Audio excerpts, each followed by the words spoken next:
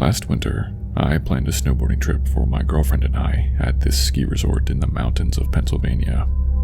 I had recently received a promotion at my job, and I wanted to do something nice for the both of us. We both enjoyed snowboarding and being out in the mountains, so I figured that she would love it. The resort we stayed at was beautiful. Huge lodge with fireplaces and cozy rooms that overlooked the slopes. After the 2-hour drive it took to get there, we checked in and started to unpack and settle in. After I put all my clothes away, I told my girlfriend I was going to check out the gym.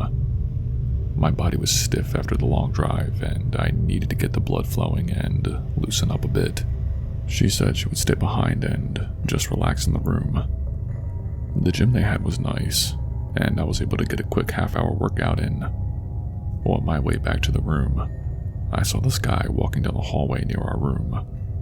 He was about my age, maybe mid-20s, and he was walking fast, like he was in a hurry. He glanced at me for just a second, but then kept going past one of the corners. It struck me as a little odd, but I figured maybe he was just in a hurry or flustered about something. I get back into my room, and my girlfriend and I pretty much fall asleep right away. The next day, we got up early to hit the slopes. The weather was great. It was snowing, and my girlfriend was having a blast. We were snowboarding down good trails, going off jumps, and occasionally laughing when one of us fell over in the snow. While we were on the ski lift, heading back up the mountain for the 3rd time, I noticed a guy staring at us from another lift. Not just a quick look, he was full on staring, and I noticed it instantly. I couldn't say for sure, but he looked like the guy I saw the night before in the hallway who was in a rush. Again, this was odd, but he was also staying at the resort, so I guess I was bound to see him again. As to why he was just full on staring at us, I did not have a clue. Shortly after I saw that guy again, we went to the lodge to grab coffee and take a break. My girlfriend stayed at the table while I went to the restroom. When I got back, I saw my snowboard leaning against the wall, and it was snapped in half. Now, if you know anything about snowboards, they are usually pretty strong. I was baffled when I saw it lying there in 2 pieces, and was seriously pissed off. I asked my girlfriend if she saw anything, but she said no. She'd been looking at stuff in the gift shop while I was gone. At that point, I had a strong feeling it could have been this guy I kept seeing. I went to one of the front desk receptionists and told them about my situation and asked if there were any cameras. They apologized about my snowboard, but said they don't have any cameras in the lounge area. I was pissed off, but tried to remain calm. Not just for my sake, but for my girlfriend's, because I was the one who booked this whole trip. I ended up renting another board, finishing the rest of the day on the slopes, and then we went back to our room when it got dark. Once we were in dry clothes, I told my girlfriend I'd go grab food from one of the restaurants just down the road. I was gone for about 45 minutes total. I got back to the resort, went up the elevator, and when I got back, I heard a yelling and screaming coming from inside of our room. I nearly had a heart attack. I threw open the door and saw this guy, the same guy I kept seeing, on top of my girlfriend in bed. They were both naked. I don't even remember thinking. I just threw the bag of food at him, and it knocked him off of her. He tried to come at me, but I punched him as hard as I could in the stomach, and he went down. My girlfriend was screaming, crying, saying, "It's not what it looks like." But it was exactly what it looked like. Turns out, they met us in the elevator the day we arrived, and she'd been sneaking around with him the whole time. He admitted to breaking my snowboard out of jealousy. He even smirked about it, which made me want to throw him through a window. I did not yell, I did not hit her, and I did not fight him again. I packed up my stuff, told her we're done, and left. I drove home that night, furious, humiliated, and honestly, heartbroken. The kicker: a month later I saw on Facebook that they're now together. They posted a picture of themselves on another ski trip. I seriously cannot believe that all happened. I'm single and, honestly, I think it needs to stay that way. I don't even trust women anymore. And as harsh as that sounds, it's my truth. I can't even look at snowboarding gear without getting angry all over again. Fuck them both.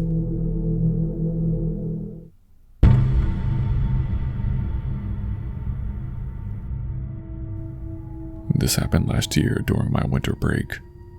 My best friend Jake and I decided to go snowboarding in our neighborhood because we had nothing else to do. There's this huge hill a few blocks from my house, right on the edge of a wooded area. We've been going there since we were kids, and with the fresh snow falling, we felt like it was the best way to have fun and kill some time. We grabbed our snowboards and headed over just after lunch. The snow was coming down pretty heavily, and it actually took us a while to walk over to the hill. When we got there, it was pretty quiet. Not many kids around, probably because of the cold. We took turns racing each other down, laughing and filming our wipeouts for a funny TikTok video. After about an hour, we noticed someone standing in the trees at the edge of the hill. At first I thought it was just another neighbor out for a walk or someone simply walking by. I only really noticed him because he was wearing an all-red snowsuit that stood out like a sore thumb. He wasn't moving, just standing partially behind a tree, watching us. I nudged Jake and nodded toward the guy. He thought it was weird, but there wasn't much we could do as we were on public property. We kept snowboarding, trying to ignore him, but every time I glanced over, he was still there. Eventually, he stepped out from behind the tree, and that's when I saw he was holding something. It looked like a camera. He raised it and took a photo. Jake yelled out, "Hey, what are you doing?" The guy literally did not respond. He just lowered the camera and stared at us. His face was partially obscured by a scarf and a hood, but his eyes were locked on us. It was actually pretty unnerving. "Do you know him?" I asked Jake. He just shook his head no. We stood there for a few more seconds, waiting for him to respond, but he didn't. He just turned around and walked back into the trees. Jake said we should go, and I did not argue. We grabbed our boards and headed home, both of us checking over our shoulders the whole way home. Like, what kind of person just takes pictures of people in public and does not acknowledge you when you say something? I remember that night I made sure all of our doors and windows were locked because I had no idea what this guy's intentions were. The next morning, I woke up to my mom calling me from downstairs. Her voice sounded worried, so I rushed out of bed to see what was going on. She was standing by our front door with it wide open, and a lot of cold air was coming in. But she was pointing. There, taped to the outside of the door, was some sort of photo. It was a picture of Jake and me from the day before, snowboarding on the hill. The angle was high up, like it had been taken from the tops of the trees. On the back of the photo, written in neat, blocky handwriting, was a note. "You two look so handsome." Underneath that were both our full names. I felt like I was going to throw up. How did this person know our names? I immediately called Jake. He was still in bed, but I explained to him what was on my door. Then he went silent for a moment, and I could hear him moving around on the other end. "There's a photo taped on my door too," he finally said. I told him to come over. He showed up 15 minutes later, holding his photo. It was almost identical to mine, except the note on the back was slightly different. It still called us handsome and had both of our names. We sat in my living room, trying to figure out what to do. My mom was asking who left the photo, and we just answered honestly and said we did not know. Jake suggested maybe it was some sort of prank, but this was a bit extreme for a prank.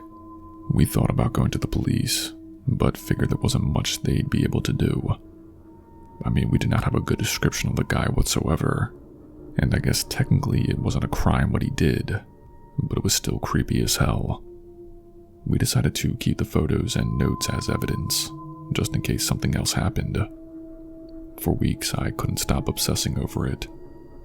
Every time I went outside, I found myself looking over my shoulder. I even avoided the hill for the rest of the winter. But whoever it was, they never came back. We never found out who left the photos, or how they knew our names, or even where we lived. It still bothers me to this day. There are some really odd and creepy people out there in this world.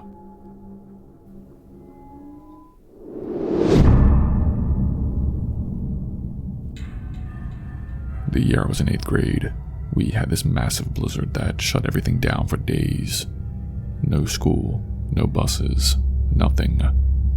For kids like us, it was basically the best news ever. A few hours of shoveling snow, and then the rest of the day free to do whatever. My friend Alex lived 2 blocks over, and as soon as we heard about the shutdown, he sent a group text to everyone in the neighborhood. The plan was to meet at his place and build ramps for snowboarding in his backyard. I was super excited, as he had a massive backyard that sloped downwards. I remember my mom basically making me bundle up in what felt like hundreds of layers before I trudged through the snow to Alex's house. When I got there, Alex's mom had made us all hot chocolate with these cocoa bombs in them. They were perfect for how cold it was outside.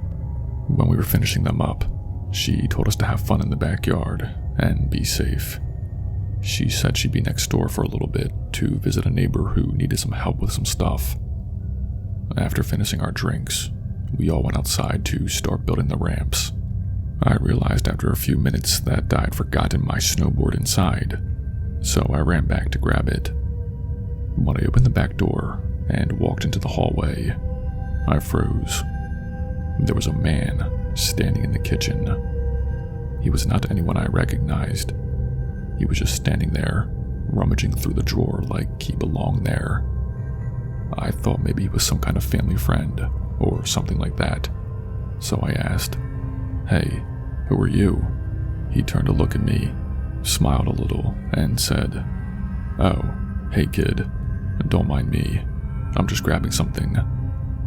His tone was so casual, like it was no big deal. Something about him, though, was off. He was wearing this old, beat-up coat and looked a little scruffy.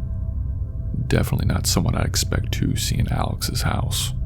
But I did not know what to say, so I just nodded, grabbed my board from the hallway, and bolted back outside.